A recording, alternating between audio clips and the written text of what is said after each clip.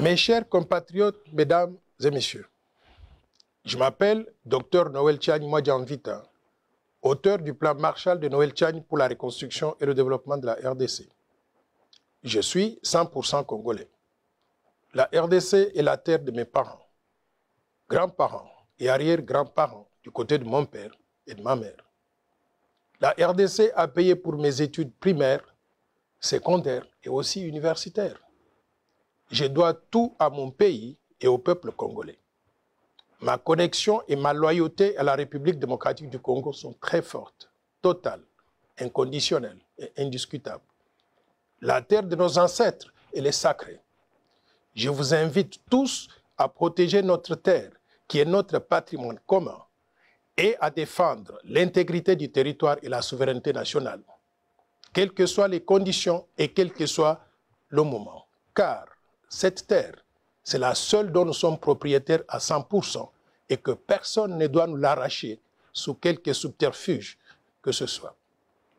Je voudrais renouveler ma proposition du plan Marshall de Noël Tchagne pour la reconstruction et le développement de la RDC comme étant la vision globale du développement pour pacifier tout le pays, lutter contre les antivaleurs, promouvoir la bonne gouvernance, développer le capital humain, promouvoir l'autosuffisance alimentaire, créer des infrastructures de base, industrialiser et diversifier l'économie nationale, promouvoir un système financier moderne et robuste, restructurer la Banque centrale du Congo en une véritable autorité monétaire et de régulation et doter le pays d'une monnaie nationale crédible tout en mettant fin à la dollarisation de l'économie nationale.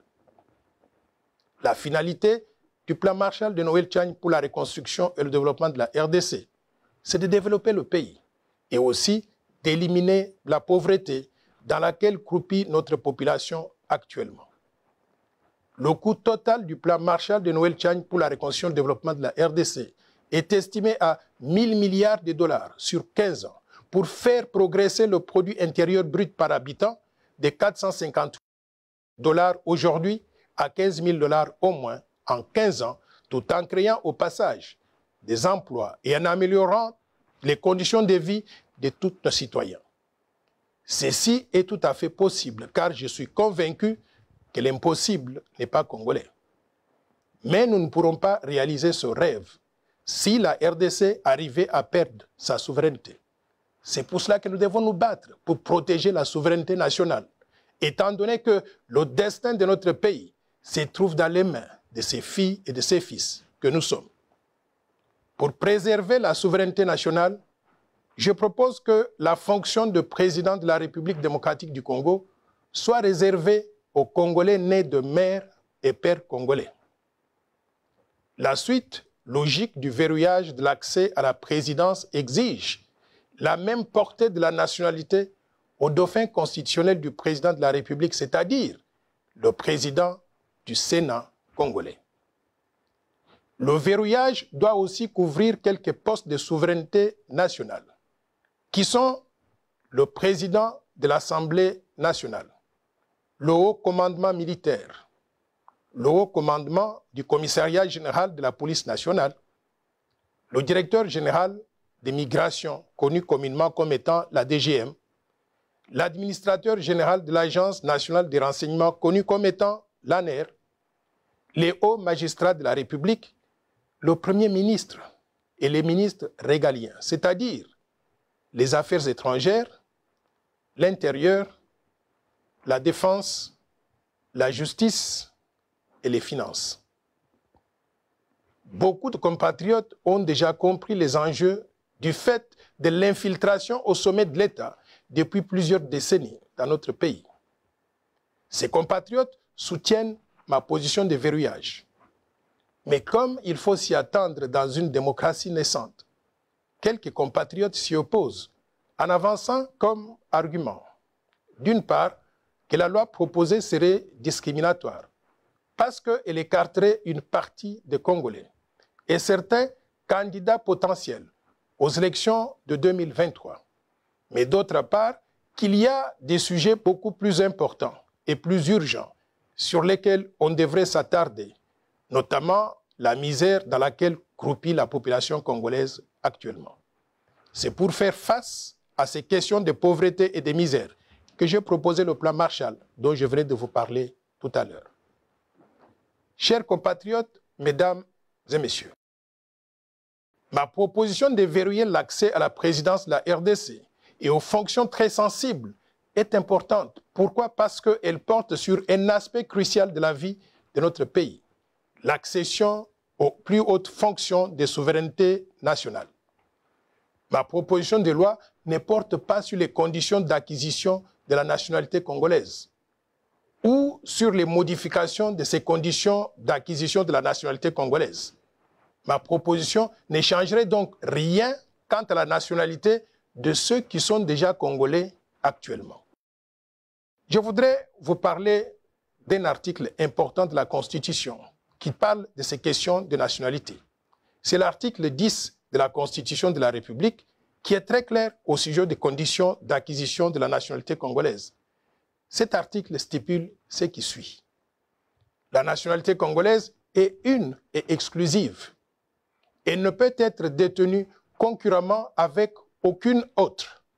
La nationalité congolaise est soit d'origine, soit d'acquisition individuelle. Est congolais d'origine toute personne appartenant aux groupes ethniques dont les personnes et le territoire constituaient ce qui est devenu le Congo, c'est-à-dire actuellement la République démocratique du Congo au moment de l'indépendance le 30 juin 1960. Il y a une loi organique qui détermine les conditions de reconnaissance, d'acquisition, de perte et de recouvrement de la nationalité congolaise. Mes chers compatriotes, mesdames et messieurs, je propose aussi que les révisions prochaines de la Constitution de la République démocratique du Congo permettent aux Congolais ayant acquis des nationalités étrangères de recouvrer la nationalité congolaise d'origine, que personne ne doit perdre.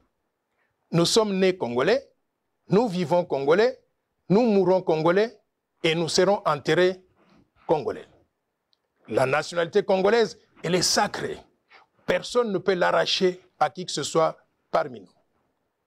Sur le territoire national, tout Congolais devra se soumettre aux lois congolaises sans aucune possibilité d'invoquer une quelconque immunité du fait de la détention d'une nationalité étrangère.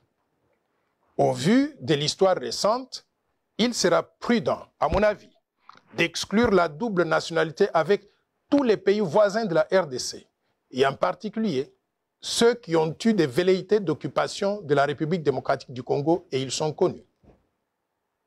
Chers compatriotes, mesdames et messieurs, depuis 1996, les armées du Rwanda, du Burundi et de l'Ouganda ont été rejointes sur le sol congolais par celles de Zimbabwe, de la Namibie, de l'Angola et de tous les pays du monde venus dans le cadre des opérations de maintien de la paix avec la MONUC d'abord et plus tard avec la MONUSCO.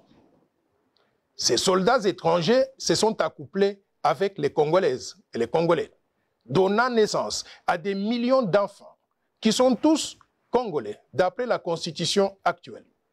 Nous acceptons tous ces enfants comme Congolais et ils ont droit à tout dans notre pays. Sauf que pour des raisons de souveraineté nationale, nous devons restreindre l'accès à la présidence de la RDC et aux fonctions de souveraineté nationale en les réservant exclusivement aux Congolais nés de mère et de père eux-mêmes Congolais. Ceci éviterait l'infiltration au sommet de l'État à travers des compatriotes qui auraient de loyauté partagée entre la République démocratique du Congo et d'autres pays étrangers. Chers compatriotes, mesdames et messieurs, ma proposition de verrouillage porte essentiellement sur les conditions d'accès à la fonction de président de la République démocratique du Congo, c'est-à-dire sur les critères qui doivent être remplis pour être candidat au poste de président de la République. Pour le moment, ces critères sont définis par l'article 72 de la Constitution de la République démocratique du Congo qui stipule ce qui suit. Nul ne peut être candidat à l'élection du président de la République s'il ne remplit pas les conditions ci-après. 1. Posséder la nationalité congolaise d'origine. 2. Être âgé de 30 ans au moins. Et 3. Jouir de la plénitude de ses droits civils et politiques. Et 4. Ne pas se trouver dans un des cas d'exclusion prévus par la loi électorale. Il convient de souligner que ma proposition de verrouillage vient apporter une condition supplémentaire, un critère additionnel, qui est de limiter l'accès à la présidence de la République démocratique du Congo aux Congolais nés de mères et de pères eux-mêmes congolais. Il est important de relever que ce critère additionnel vise à protéger l'intérêt national, la souveraineté nationale, la fonction suprême qui est celle de président de la République en évitant l'infiltration au sommet de l'État et en préservant la fierté d'être congolais et surtout d'être dirigé par un Congolais comme nous. Dans beaucoup de pays, il y a des dispositions qui protègent l'intérêt national et qui empêchent n'importe qui d'accéder à la magistrature suprême. De telles dispositions existent dans d'autres pays tels que le Cameroun, la Zambie, le Togo, le Gabon, le Maroc, l'Algérie, la Tunisie, le Burkina Faso et même la Turquie. Et aussi, elles existent dans des grandes démocraties telles que les États-Unis d'Amérique, où n'importe quel Américain ne peut devenir président de la République, donc des États-Unis d'Amérique. Aux USA, donc, il faut être né sur le sol américain, comme Barack Obama, Bill Clinton et aussi John F. Kennedy. Par contre, l'ancien secrétaire d'État Henry Kissinger, l'ancienne secrétaire d'État Madeleine Albright et l'ancien gouverneur de l'État de Californie, Arnold Schwarzenegger, tout en étant tous les trois pleinement des Américains. Ils ne peuvent prétendre à la fonction de président des États-Unis d'Amérique. Pourquoi? Parce qu'ils ne remplissent pas un des critères d'éligibilité, c'est-à-dire d'être nés sur le sol américain. Et pourtant, ce sont des personnalités très brillantes. Vous connaissez tous Henry Kissinger. C'était l'un des secrétaires d'État américains les plus distingués. Mais il ne peut pas accéder à cette fonction à cause de cette limitation. Je tiens à préciser que ma proposition de loi est impersonnelle. Elle ne vise aucun individu, étant donné qu'à ce jour, personne n'a déclaré sa candidature à la présidence de la République lors des élections de 2023. Ma proposition n'est pas discriminatoire. Pourquoi? Parce que dans tous les pays du monde, il y a des critères d'éligibilité. Ces critères sont déterminés et discutés à l'avance. Et dès qu'ils sont adoptés par le Parlement et promulgués par le président de la République, ces critères s'appliquent à tout le monde, sans distinction, sans exception et sans discrimination. C'est ainsi que, dans la plupart des pays, il y a par exemple le critère de l'âge. En France, par exemple, pour être candidat au poste de président de la République française, il faut avoir au minimum 18 ans. Par contre, en République démocratique du Congo, on exige du candidat à la présidence de la République démocratique du Congo 30 ans d'âge au moins. Est-ce qu'on peut dire dans ce cas qu'il y a discrimination par rapport aux Congolais qui n'ont pas encore 30 ans d'âge? La réponse est non. C'est un critère qui a été accepté par tout le monde et qui va s'appliquer à tout le monde aussi. Il convient de noter qu'en République démocratique du Congo, les conditions prévues par la Constitution sont complétées par des critères opérationnels, prévus par la loi électorale numéro 17/013 du 24 décembre 2017, modifiant et complétant la loi électorale numéro 06/006 du 9 mars 2006 portant organisation des élections présidentielles, législatives, provinciales, urbaines, municipales et locales, telles que modifiées à ce jour. C'est cette loi qui détermine, par exemple, le montant de la caution à déposer par tout candidat aux élections présidentielles. Mes chers compatriotes, mesdames et messieurs, est-ce que ma proposition de loi est opportune en ce moment précis? La réponse est oui. Lorsque la souveraineté du pays est menacée, il n'y a pas meilleur moment que d'agir immédiatement, car si le risque identifié d'infiltration au sommet de l'État se matérialise, ce sera trop tard pour sauver notre pays. Le timing de ma proposition de verrouillage coïncide aussi avec les réformes proposées par d'autres organisations de la société civile ou même des partis politiques, tels que la CENCO, qui a présenté la feuille de route des réformes qui toucheraient à la CENI, la loi électorale et aussi la Constitution. Il y a aussi les idées de Martin Fayoulou, qui propose une CENI à présidence tournante. Il est donc opportun de recenser toutes les propositions de réformes institutionnelles, y inclut celle de verrouillage que je porte, afin d'opérer les révisions nécessaires à la CENI, la loi électorale et aussi la Constitution, une fois pour toutes, afin de baliser le terrain pour les élections apaisées en 2023, mais aussi au-delà. Mes chers compatriotes, mesdames et messieurs, je vous invite tous à participer à ce débat d'idées, de façon civilisée et patriotique, sans insulte ni dénigrement, dans le respect de la dignité de chacun, pour contribuer à un climat de paix et d'élections apaisées dans notre pays. Si ma proposition de loi est adoptée, la RDC ne prendrait plus de risque de donner la magistrature suprême et d'autres fonctions de souveraineté à des personnes dont le cœur, le sang, l'allégeance et la loyauté seraient ailleurs à défaut du corps physique dans notre pays. En démocratie, c'est la majorité qui gouverne.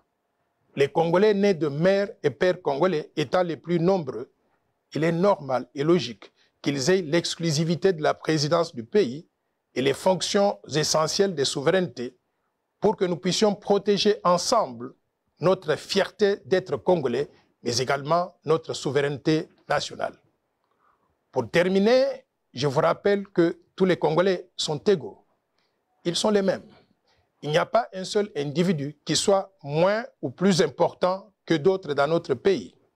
Nous sommes des frères et sœurs. Nous devons rester unis et inséparables. Faisons l'essentiel pour protéger notre patrimoine commun tout en le préservant pour les générations futures. Vive la République démocratique du Congo. Vive le vaillant peuple congolais. Je vous remercie.